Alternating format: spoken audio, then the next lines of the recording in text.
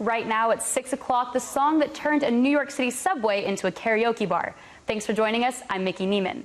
Hey y'all, I'm Micki Neiman, the host of Millennial Millionaires. And right now, I'm sitting down with Sarah Trott, who is a journalist and wellness blogger. She's been featured on episode 3 that we just filmed, so do you mind giving the viewers a sneak peek of what to expect? As you can see right behind me, there are tons of coats on this coat rack. Sherry's returned home to Jefferson City this week, and while she's been away, a new controversy has arisen.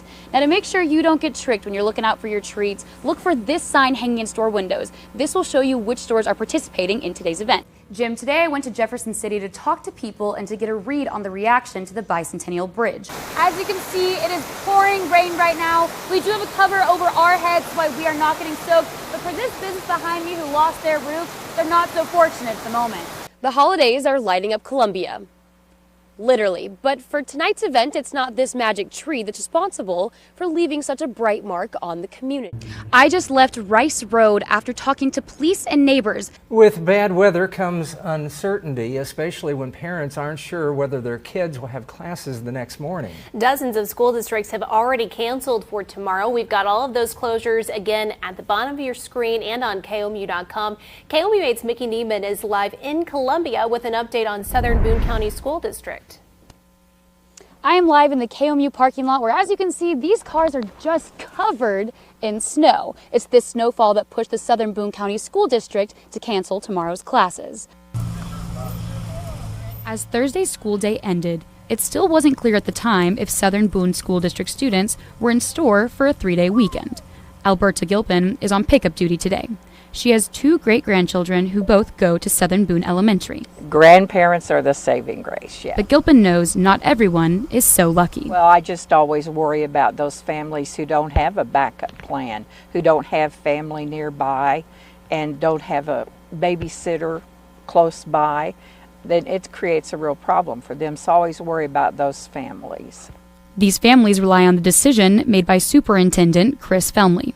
Felmley says he's aware of the inconvenience of calling off school, but says safety is the most important. I really try to be conscious about parents and making sure that they've got child care set up because I know it is an inconvenience. And so I feel the sooner I can get that word out, the better it is for kids and families. Felmley says there are a lot of moving parts to making his final decision. I'm in the process of going over the weather reports, checking the radar, talking with the other area superintendents, as well as the county. For Gilpin, no school means no problem, but she knows other parents are scrambling now, trying to find help.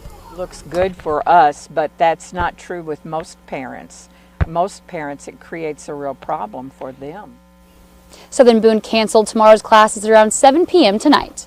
Live in Columbia, Micki Neiman, KOMU 8 News. An update this afternoon on the case of 2 Mexico dog groomers accused of animal abuse. Pet owners rallied at the Audrain County Courthouse to support the pet store owner, Nancy Buck. KOMU 8's Micki Neiman is here in the studio to tell us how the owner has made changes since her employees were accused of wrongdoing. That's right, Jim. While I was in Mexico today, I stopped by Buck's store and noticed the new surveillance TVs, which were shown right here. This TV is placed in the main lobby area of the shop for owners to watch what is happening behind the scenes and to provide full transparency. Today's event brought lots of barks, paws, and support for the local community. Petunia is the 1-year-old Yorkie that suffered the abuse. She was the main attraction today, but the community also made sure to rally around Nancy Buck. I think we're here to support Nancy, and we're also to show that we're animal lovers and that no animal should ever be abused.